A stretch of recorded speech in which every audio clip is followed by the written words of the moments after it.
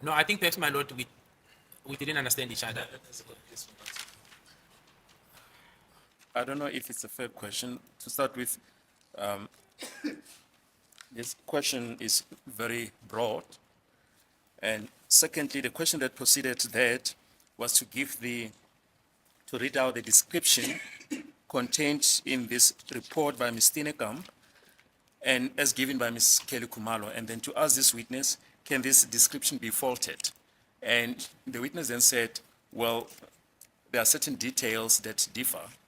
But now, to say that her answer was incorrect, we submit, my lord, that there is not a fair proposition to put to this witness, as that proposition, my lord, is couched in very broad terms. The witness has already answered to that question as to whether that description can be faulted by saying that certain minor details, certain minute details differ, my lord. So it cannot be said that he was not correct in that respect. Is it please the court, my lord? This witness, it's him who said the witnesses who were in the house are consistent insofar as that there was an intruder, there were two intruders, those intruders were males, those generic aspects. But insofar as the description of the intruders, the witnesses who were in the house differ. That is exactly what he said, madam. And then I even said to him, oh, Mr. Gininda, it is very interesting, Gininda, it is very interesting if that comes from you, which is then why I then embarked. Asked him the first question. Of the people who were in the house, which witness does not describe the gun toter as a person who did not have a dark brown skin?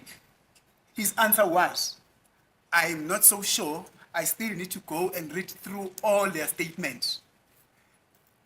The next question, and then I said to him, okay, it's fine. He will be given an opportunity to go and do that, but still have to go and pursue that question. Then the next question to him is, which is still in line with the first question, which witness who was in the house describes the gun toter as a person who did not have dreadlocks? Then the state is objecting. I don't know what is not fair about Margaret, because this it's in line. It's similar to the first question. It has got to do with the description of the suspect, which Mr. Gininda says the witnesses in the house, they differ in their description. I'm not so sure whether I need to proceed. Yeah, proceed. Thank you. Which witness who was in the house does not describe the gun toter as a person who had dreadlocks? My lord, I've answered that question to say there's none in my recollection. All of the witnesses that were in the house does or do describe the first intruder with dreadlocks. That's the first part, my lord. Secondly, my lord, I've said the witnesses who were in the house, in essence of what happened, that is similar. But the details insofar as the description of the intruders, that is where you don't find the consistencies. I never said, my lord, you do not find complete consistency insofar as the description is concerned. I said, when it comes to details, that is why, my lord, I even made an example that even in instances where there will be video recordings or photos, you will find witnesses who will still say something different insofar as specific details are concerned. But the essence of what really happened will be similar. That's how I explain it. So that's I think perhaps maybe we didn't understand each other with Advocate Mnisi. And this part, my lord, was specific because I'm moving from what I'm being asked. For example, we've dealt with the part where some of the witnesses will say the first intruder was wearing a beige brown jacket, and I even said others are saying khaki.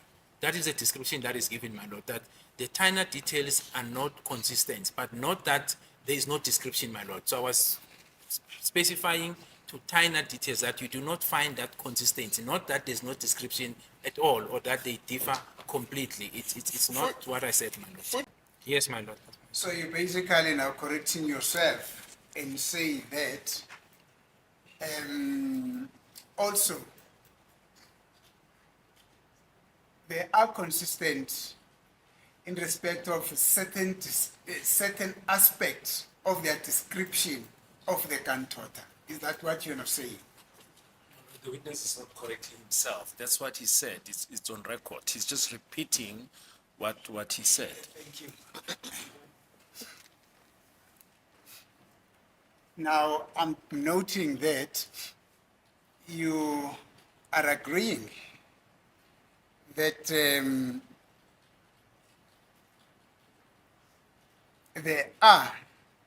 there's consistency in some of the description that the witnesses who were in the house gave of the person that was having a firearm in his possession. Is that how should I understand you? Yes, there are some consistencies, my lord, in terms of the description of the first intruder. Now, Kelly says to Warrant Officer STEENAKAMP that the person who had the firearm had a golden insect in his apartment. Yes, my lord, I saw that, my lord. And can I tell you something about what this court had heard about the house in which this incident took place? I beg your pardon? I'm saying, can I tell you what is it that the court has heard or heard about the house wherein this incident took place? Yes. Actually, the court took judicial notice of the size of the house. I'm listening, my lord. Although I do not know the exact measurement, but from what this court was told, it wasn't a mansion. I think that also came out very clear. It was not a big house. It was just a normal, a tiny 4-roomed township house. I think also the court remarked that when This is not a tiny 4-room house. I think the photos are there. It wasn't a 4-room house. Yeah, it could not have been a 4-room, but it was very tiny. But this is what the court remarked, that when you move maybe from the bathroom, then you are in the kitchen. That's the imagination that I had about the size of the house when the court remarked on that. In other words, it was just a very compact house. It wasn't really a big house out of respect of the KHUMALO family. It was a big house. I'm listening, my lord. Hayi ngisalalele. With that situation in the house,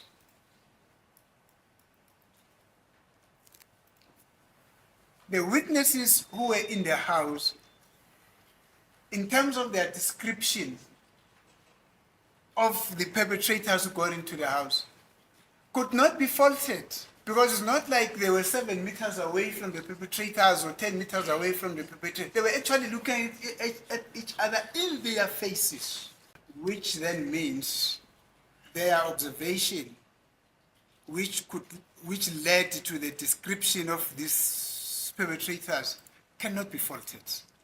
As a court, please, my lord, the advocate may say, put you on record that he has read the case of State versus Mtetwa. It is, I think this is a matter that should be left for argument. It's not a proposition that can be put to, to this witness. It was clearly said, the opportunity that the witnesses have had to observe the lighting and all those things, those play a role, and those are issues that should be argued and not be put to this witness. As it pleases the court, madam, I think Advocate Baloyi is correct, but what I'm trying to bring across to this witness is that when Kelly says that this guntotter had a golden insect in her apartment, would that not mean that Kelly was very close to this witness to even see that she had a golden insect in her apartment? Manje ukele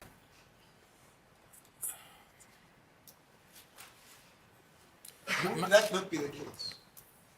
My lord, the assumption will be that, but like I said, that assertion is contained in Warrant Officer Steenkamp's statement.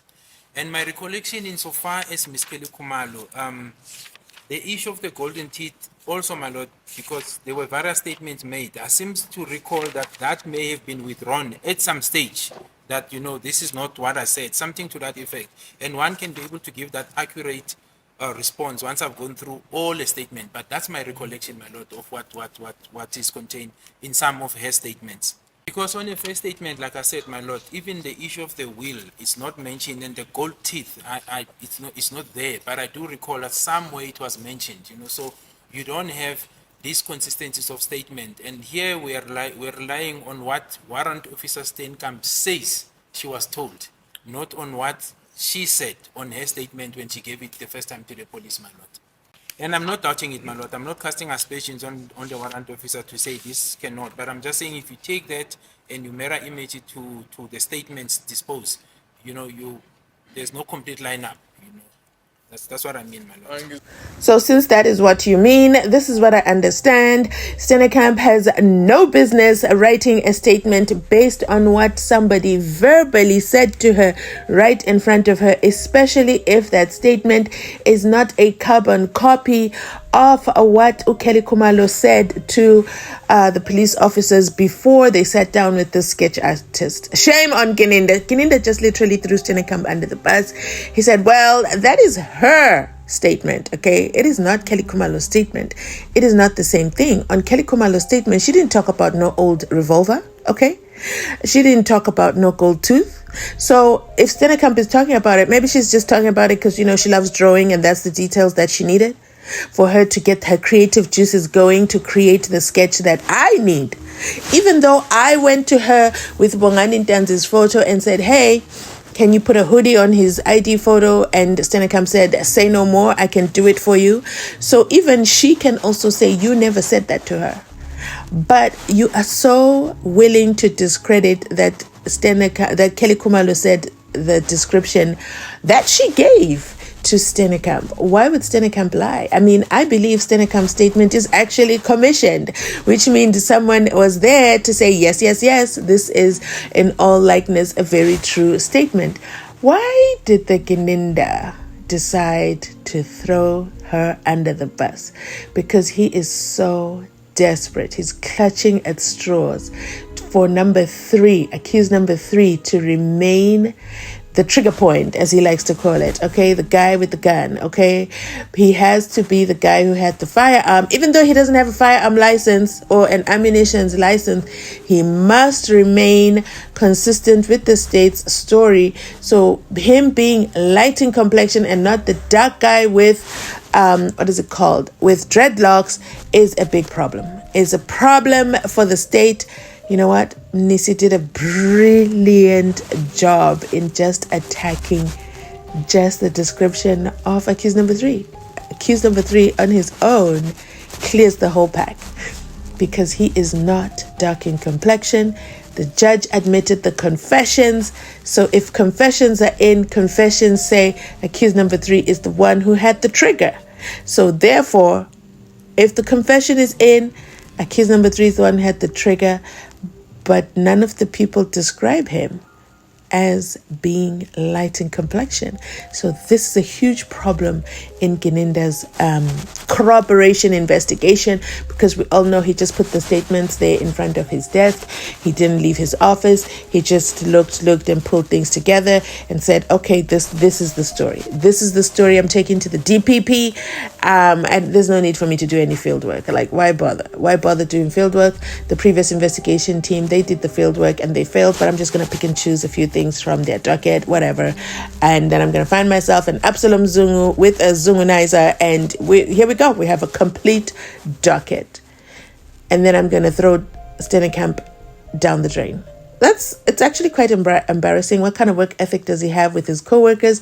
It goes back to speak to the issues that he had with Warrant Officer Makubo and Ubutelezi. Do you see what I'm saying? Let me know in the comment section your thoughts. I definitely want to hear about what you think about this, because it just didn't rub me the right way. And you know what? I don't like co-workers like that. I don't like co-workers who are just ready to throw anyone under the bus to suit their own narrative. And in this case, he's a brigadier and she's just a warrant officer. And then he says, I'm not trying to throw aspersions, but hello, that is her statement. That's not what KHUMALO said. So I'm sticking with what KHUMALO said. Forget that she works for the South African Police Services as well. This is craziness to me. absolute craziness. And don't even get me started on Mr. Objections Baloyi. He is over objecting, and the judge keeps saying, blue tick, I don't hear you, I don't see you, whatever, dude. Woo! And also, I remember the description that Umnisi gave for the tiny house. Okay, I remember when the judge said it. I don't remember, verbatim what the judge said, but I remember that when the judge said it, I understood the size of the house. And therefore, yeah, they can see the firearm. They can see the gold tooth. They can see the dreadlocks. They can see the color of the jacket, which Gininda wants to dispute now. Gininda now wants to go after the color of the jacket. This is an incredible investigation skills on display on national TV. I had somebody in the comment section from Mozambique saying, well, you guys are lucky that it is being aired on TV. But on the other side, is this the case they really wanted to do? Because guess whose case is back in court tomorrow? AKA. I think it's, and the 8 accused who were all denied bail. So that's going to be an interesting one to check into as well.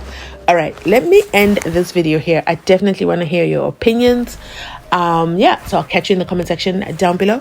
Let's continue listening on to this second part. And yeah, that's it. Yes, my lord, that's my response. Thank you. You're correct. This is what an expert was told by the witnesses who were in the house in order to assist the investigation with the compilation of an identity kit. Kelly further on told Mrs. STEENAKAMP that the type of a firearm that the suspect had in his possession, the gun toter, was an old black revolver. Do you see that? Yes, I saw that, my lord. Let me get just to page 46, yes. Now, in your investigation of this case, did you come across an information which could have led to the belief that Kelly did not know what is it that she was talking about when she specifically named this firearm an old black revolver? My lord, as I've said, in her statements under oath signed by her, she doesn't mention the revolver. That's the first part, my lord. Secondly, my lord, when the investigation kicked in, when we started having sight, she was then mentioned as a trigger point. Then she became a person of interest, a suspect, my lord. Evidence to corroborate that, my lord, which I've dealt with, then was found. And therefore, a person like that, my lord, you will then not be certain as to what she said is accurate, because there's assertion of this allegation that she was a trigger point for what has happened. Investigation is done. Let's put aside even the confessions that were made, my lord, but certain evidence is found, including the link to accused number 5 in terms of those things. And we could not, I'm just saying this, my lord, that those are the things that raise concern. So you're not dealing with your normal day type of a witness. You're dealing with someone who is questionable, and it is alleged that was part of the perpetrators who committed this crime. So you cannot then take what that person, without questioning it. I think you'll be making a gruesome mistake, my lord. However, my lord, the last part also, which I've touched on, is that she also did not have a license, my lord, to possess a firearm. So and this is the part I dealt with, that the expertise in terms of identifying firearms, with greatest respect to her, and all those who described the firearm as a specific type of a firearm were not there, my lord. Doesn't matter how many times you hear this version, but someone left a comment and said, did Bongani Ntanzi have a license to give a confession? Okay, like, this sounds ridiculous even the third time listening to it around. Like, you don't need a license to talk about a firearm. You don't need a license to describe it. Gininda, please stop. Okay, stop. Because if we're going to talk about license, did I not hear that you did not renew your own license over there at the SAPS? But you know what? Asikolapo, let me end it here. That is it from me today. Please remember to like, comment, and subscribe. Oh yeah, that is allegedly, you haven't renewed your firearm license. Maybe because you're busy with an LLB exam. Allegedly, but I mean, do you have a license to go and write your LLBs? That's it from me today. You know what to do. Like, comment, and subscribe. Please like the video and I'll put up part 4. Okay? Thanks for watching.